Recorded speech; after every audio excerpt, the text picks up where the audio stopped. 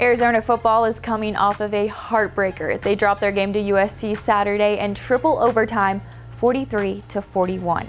In just his second career start, Noah Fifita threw for 5 touchdowns and 303 yards. Jacob Cowing had a program record 4 receiving touchdowns, and the defense limited the Trojans to the fewest number of yards that they have recorded in a single game since 2021.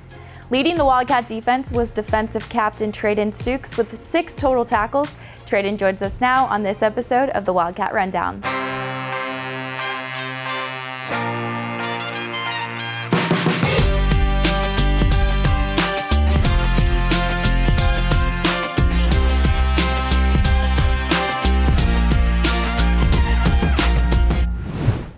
Welcome back to the Wildcat Rundown and welcome into week 7 of college football. Our guest this week is one of the veterans on Arizona football. In fact, he has been here longer than any other defensive player for the Wildcats. And this year he's taken on a major leadership role on the team. Treydan Stukes, welcome to the Wildcat Rundown. Thanks for being here today. My pleasure. It seems like this season we have a theme. We're always talking to our players and coaches about their journeys to the UofA, and I don't think that's going to be any different today because you have a unique journey, and that's the reason why we're always talking to our guys and coaches about their journey. Is 1, it's unique, and 2, it gives us a good background on who you guys are and why you are who you are today. And so I think with you, we'll start going back to high school. You were a two-way player. I saw that you played wide receiver also in high school. How did that help prepare you to then play in the secondary? Obviously playing receiver, you get to work on some ball skills. When I played, I just like to go deep, so, helped me with some deep ball tracking. And then just, overall conditioning, the game's faster when you get to this level, so it helps to be in better shape, that never hurts. Did you always love defense a little bit more, or were you kind of split, like loving both playing wide receiver and playing defense? No, yeah, I was always a defensive guy. I didn't even really play receiver until like halfway through my junior year. I was always a corner guy. That's what my dad pretty much forced me, but I fell in love with it, so. Always in the defense. But in addition to being a two-way player, you were also a dual sport athlete. You were really good in track and field, specifically long jump and triple jump in high school. How did you get started with that? My sister was actually doing it before me. She's 2 years older than me.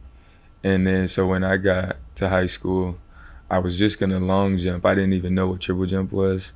But then I saw my sister do it, so then I was like, I might as well give it a try. And I ended up progressing pretty fast through 2 years. Like my freshman and sophomore year, I had some significant jumps in my PR. So I kind of just stuck with it. I ended up being better at triple than I was at long. So. Gotcha. But you're pretty good at both because you went to state and were a state finalist in long jump, and then you won state in triple jump? I actually lost at the state meet, but then I went to this meet where a couple different states come together and you represent your state. And I ended up jumping a 48.3, which was the furthest mark in Arizona by the end of the season. So it was like, I felt better after I got second at state, for sure. So do you feel like it came pretty naturally to you, or was it something after football or even during football season that you were working on too? It was pretty natural for most of my years there. I didn't really do more than just working on it during track and field season. And then I started to prepare for it going into my senior year, but then ended up getting canceled with COVID. So never really saw the full potential, but, I'm over it now. Well, you had some college offers I saw to go and do track and field at a couple of different universities. Did you ever consider that? I did. I wasn't sure what my future held when COVID hit, for sure, because I was uncommitted. I'd only talked to a couple of schools here and there. And even before COVID, when I, didn't have a lot of big football offers, I thought maybe I can get a track and field scholarship and then maybe walk on to the football team or something. So, I always thought about it like I'm an overthinker for sure. So I was just thinking about every possible lane we could go. But, I feel like I ended up picking the right one. How did you decide to come to the University of Arizona and walk on? In the middle of COVID, me and my dad found out that the coach that coached my dad was getting the defensive coordinator job here. So like way back there when my dad was playing.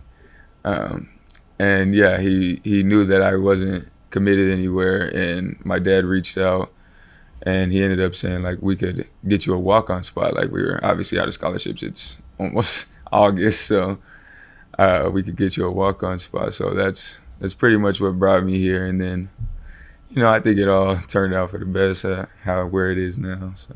No, it did. And I think for all guys who walk on, or really any sport, it's kind of taking a gamble and like betting on yourself in a way, because you do have a lot of times offers at other institutions to go and be a scholarship player, but to go to a bigger one and walk on, you're kind of saying, okay, I feel like I can compete at this level, and one day I might even earn a scholarship. And for you, that was true. By that next season, you had earned a scholarship. So I know you're a humble guy, but can you kind of walk us through the work you put in and the opportunities that happened that freshman season for you being put on scholarship? I mean, yeah, I was always like I would say a hard worker, not to toot my own horn, but, I was young, so I didn't really know a lot about what hard work was. I just went and did stuff on my own. And like, obviously, like my dad would help me and stuff. So then when I got here, I just had, a work ethic. I didn't know what to expect, like going into practices and stuff, like how they would be ran. Like it was a lot different from being in high school. So I just kind of tried to work hard and, be myself. Like my family was just so confident in me that, it got into myself. Even if I didn't feel like I was confident in myself, like I knew that they believed in me. So I just went out there and tried to be myself. I ended up having some good practices during that COVID season. I got myself onto the travel squad, playing some special teams as, at 170 pounds. But, and then, Coach Fish and the new staff get here in that spring of 2021. So then I was kind of uneasy again. Like I have to reprove myself to a new staff after I thought I put in all this extra work. But no, I had like an okay spring. The coach staff believed in me. They ended up giving me the opportunity to get on scholarship. And yeah, pretty much it. What advice do you have for not only guys on this team who are in a similar position, but maybe high school guys who are considering walking onto a program too? Are there any practical steps that you did during your time that you're like, yes, do this, like go in the weight room and do this, or stay after practice, anything like that? Yeah, I mean, all of that, pretty much anything that entails doing a little extra. I mean, I would definitely encourage. You can never reach perfection, but that's what always you should strive for. So, and then I would also say make sure you stay on top of your academics for sure. And I've heard you talk before about, your journey from walking on to now being a team captain, and we'll get into that a little bit here, but you said like you really feel like that's what made you who you are today. Like if you had it easier, you wouldn't be in the spot you are. Why is that? What have you learned from that experience? Yeah, I mean, I just think it just forced me to grow up so quick. The world of college sports is so much different than where I was living in high school. And it made me realize that, nothing is handed to you. Like if you want to like do great things, you got to do all the little stuff before so that it can lead you to that path. But, I think it just encouraged me to work hard, get good grades, like just little stuff like that. Like I just think sometimes people take it for granted, and when you walk on, those are things you have to do, or you'll end up blending in with the pack, or something like that. And then so from Coach Fish coming, you experiencing that coaching change and a lot of change in this program, but you continue to just excel and progress to the point now where you were voted to be a team captain this season. What did that mean to you to be voted by your teammates to represent and lead them? That was special for sure. I know going into the spring this year, that my coaches wanted me to take a step forward as a leader, being that I was going to be the pretty much oldest guy on the defense. And, that's never really been, like, I've never been like a vocal type of leader, but, when I was in high school, like, being one of the better players on the team, I just ended up being in that spot. I still wasn't very talkative, but people just kind of, saw what I was doing and tried to match it. So being in a somewhat similar position to that, I wouldn't say everyone's watching me or anything, but just being an older guy, playing a lot of football at this level, younger guys are asking me what's going on, and I'm like, well, I thought I was still young. Like, what do you mean? But yeah, no, I mean, having the team vote me as a captain was really special, just knowing that it wasn't like a, coach's poll or whatever it may be, like, your guys that you're going to war with every day. Those are the ones that believe in you enough to lead the team out there. So that was special for sure. And the Pac-12 Network just released an interview with you. And, well, first I'll go back. It was filmed at Pac-12 Media Day. And you were chosen to be one of 2 guys from Arizona football to go and represent the program. What was your favorite part about that day? Because I know they had you on a tight schedule, so it wasn't like you guys had a whole lot of free time. But was there something special that you really enjoyed? I mean, yeah, my family went out there to support me, so that was really nice. Even though it's like, it's a moment in my life that I was like, oh, this is really crazy. Like, I got to spend it with my family, like my mom, my stepdad, my dad, my little sister, my stepmom. Like, they were all out there, and I don't even know how they got in. They were just kind of walking around. I'm like, oh, good. But yeah, it was really cool to, like, have that moment and be able to share it with my family there. Yeah, and in that interview, I suggest everyone goes and watches it because it was really cool that your dad showed up halfway through. Yeah. And before that, you had said that you always strive to be like your dad.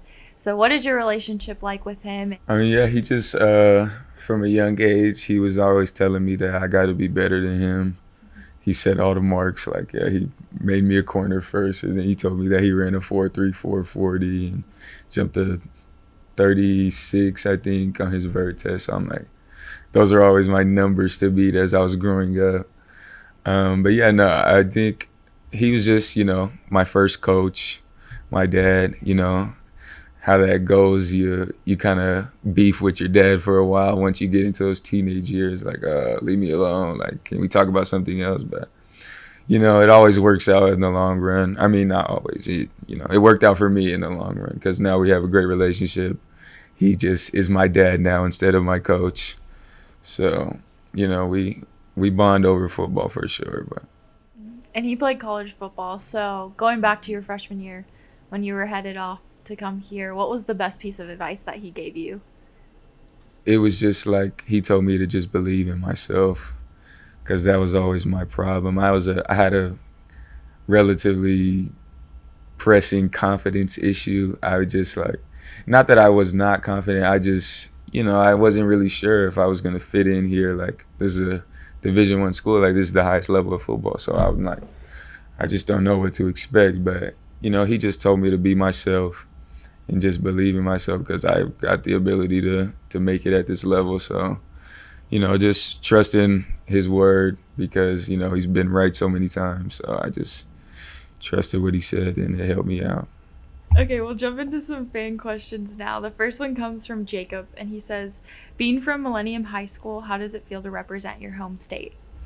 Oh, yeah. I take a lot of pride in being from Arizona, In the locker room, we get a lot of slack, all those Cali guys and Texas guys telling us our football sucks. But I think we've got some great football in Arizona, and I'm very proud to be from, a couple hours away. And I think if you're looking to recruit, you should look in Arizona a little bit. Okay, the next one comes from Jackson, and he asks, was it challenging switching positions? There was definitely a learning curve at first, but it helped that they're, relatively similar positions. It's, you're still a defensive back, so, your fundamentals and basic routine is like around the same thing, but I had to put some weight on, which was probably one of the more difficult parts for me. being a pretty skinny guy my whole life. But then, yeah, I guess, it went relatively smooth for me. I would say you got to get a couple practices, get used to it. And then obviously it's just trying to perfect your craft every single day from then on out. So how did you put on weight? Is it more the weight room? Is it diet, combo of both? Yeah, definitely both. Obviously diet is very important for trying to gain weight. You can't just gain weight if you're just lifting. So, and then learning the position, were you watching certain guys, watching film, or were you more so watching your own film? Yeah, I mean, we're in the same, defensive scheme, so I could see like the guys from last year, DJ, Gunner. I could see them playing the same position. When Coach Keena got here, I watched some Earl Thomas film when he was at Texas.